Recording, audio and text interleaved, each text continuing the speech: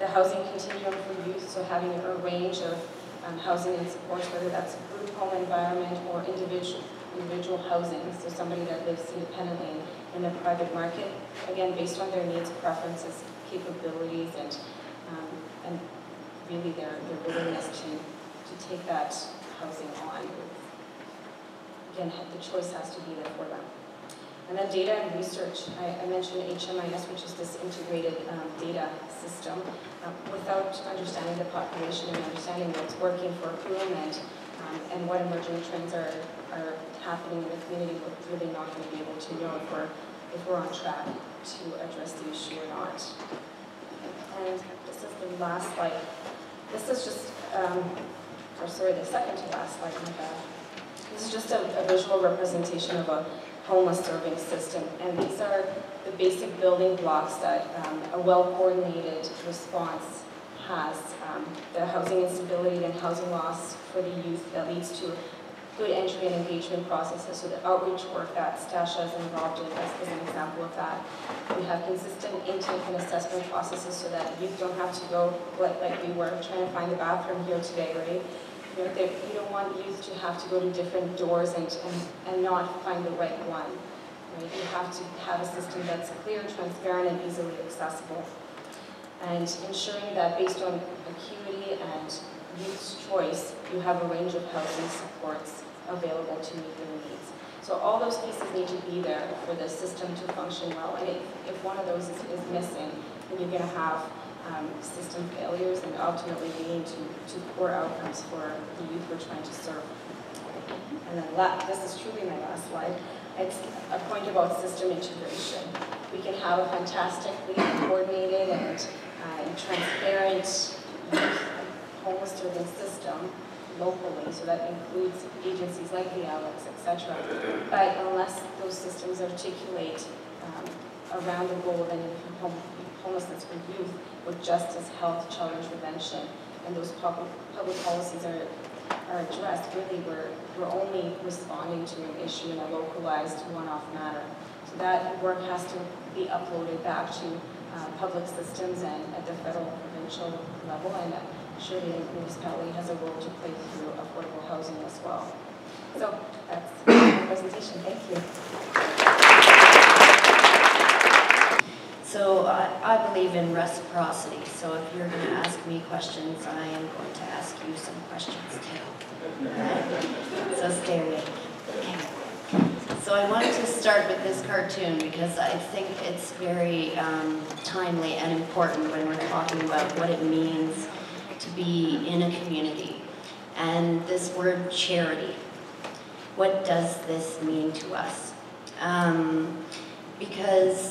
So, in this cartoon, the guy is saying to these people, sorry, I'm not going to give you this table for the night because that would destroy your incentive to better yourselves.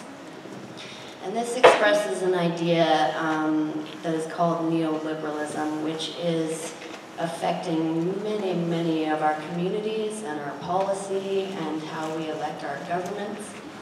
And so I think it has a lot of relevance to this issue.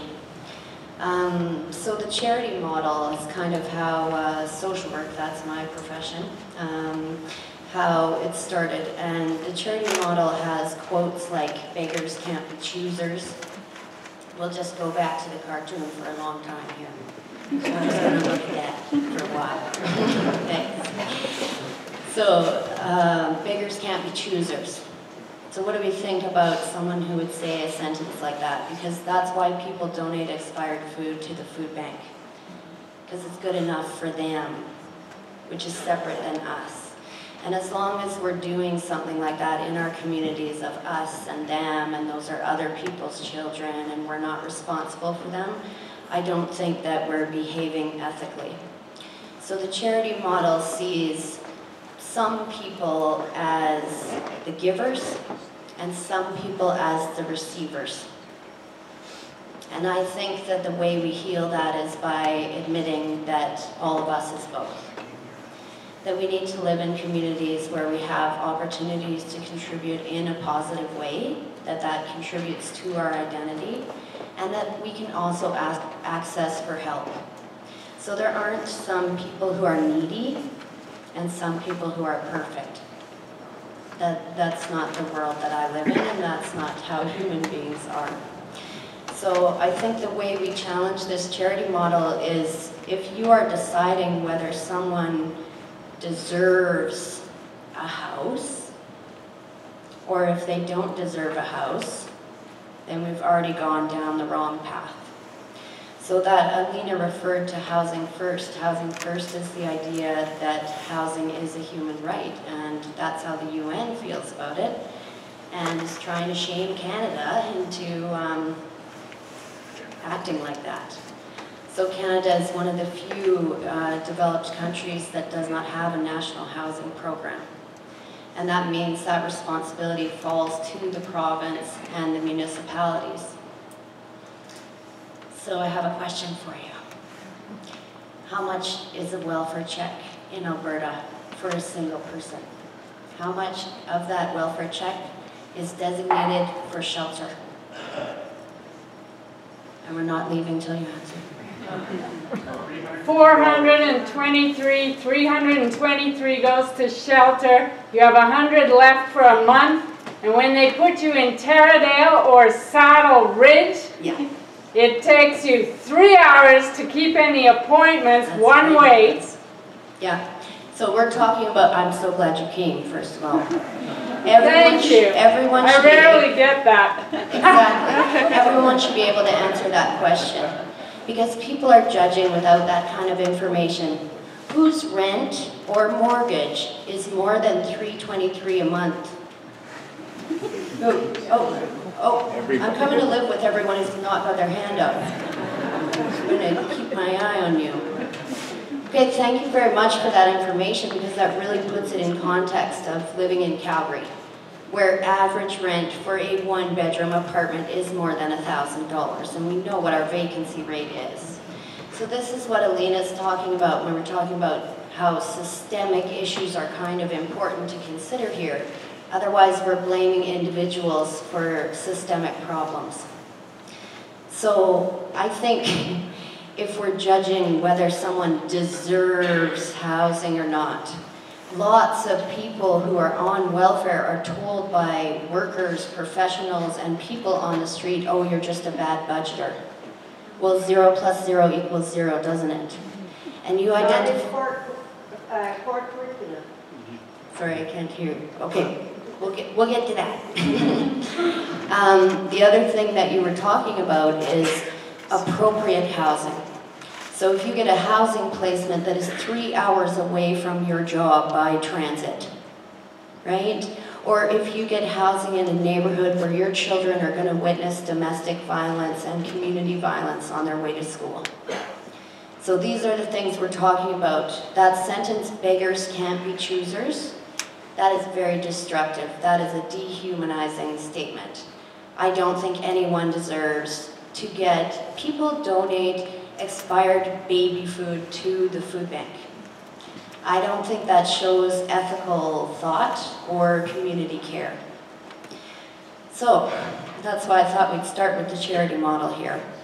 So in everyone's family, there is someone who is struggling with something, with trauma and loss and grief, with drug addiction, with mental illness. And I think that people, even within their own families, try to distance themselves from those kind of problems. And I want to live in a community where it is safe to talk about trauma and loss, because that is actually what unites us as human beings. That's a common experience that we all have, no matter where we come from, where we're born, what we're dealing with. We all know trauma and loss on some level. So when Jeanette is talking about how youth who are homeless by definition have suffered traumatic loss, and that homelessness itself is an experience of trauma, and that now we're judging individuals for their response to trauma, their coping strategies, that just compounds the problem. So we are not facing people who've been hurt with empathy and compassion. We're telling them they don't deserve to live inside. So I think it's very important when we're talking about these issues that we're not talking about problems with individuals.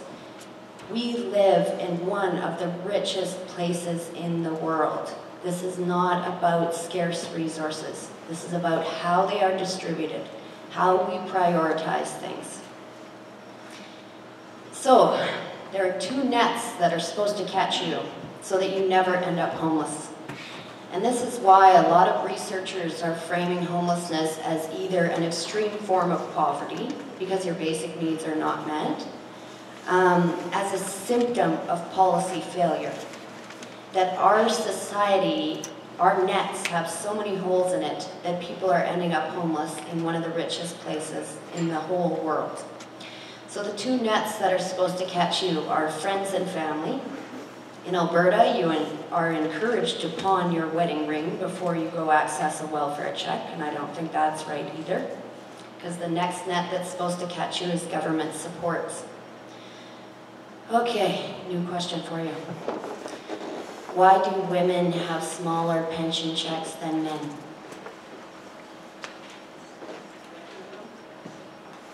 Good answer. Smaller salaries. Smaller salaries. So tell me, what work are women doing that's unpaid? Housekeeping. Being providers. Housekeeping. Oh, raising the next generation. Do you think that's important? Oh, good answer. Okay, so the reason I bring up this example is because, sorry? I would challenge you on that, because there's also this new generation of men that are, the women are the breadwinners and the men are staying home too. So That's why I'm talking about pension checks, so those people are over 65 right now, so I'm talking about that generation right now. So maybe that's going to shift. The reason that's important is because there is a high number of senior females who are staying in the adult homeless shelter because they're on such a low income from the pension that even if their property tax goes up and they own their house outright, they can be at risk of homelessness just because they are living on such a tiny amount of money per month. And the reason that that's not recognized is because of sexism, is because care work in the home is undervalued and underpaid. Childcare is one of the lowest paid professions in Canada. So when you've got frontline youth workers up here talking about the tireless work that they do, you know the average salary is $12 an hour, which is not even a living wage for Calgary, Alberta. So these are some of the systemic issues. I was surprised by how many seniors were at the drop-in center when I worked there. And I'm just trying to give you an idea of if government supports are not enough to live on, the percentages of people accessing the food bank who are either on government supports, which includes pension, EI, welfare, and AISH, or who are working full-time. That means that a full-time job is not enough to eat in Calgary. And that means we need to examine these more systemic issues, right? So maybe pension will be more fair soon. Salaries of our politicians and pensions and whatever. Don't get us started. See what happens when I ask you questions? Just get out of control. So I think part of this is when we're thinking about things like beggars can't be choosers, we also have to identify what people are choosing between. So if a 15-year-old girl in Calgary phones all the youth shelters and all their beds are full tonight, and she decides to take crystal methamphetamine so that she can stay up all night to protect herself from sexual assault, what alternative do we have to offer her, right? In that moment, she's choosing something that's helping her cope. But we want to create situations that help people heal. And the difference between coping and healing is safety, is having that sanctuary, a safe place to be. And that's why I think housing is a human right and not a privilege. So I want you to think about what you think about that. Do you frame housing as a right or a privilege, and why? And what does that mean for our policies?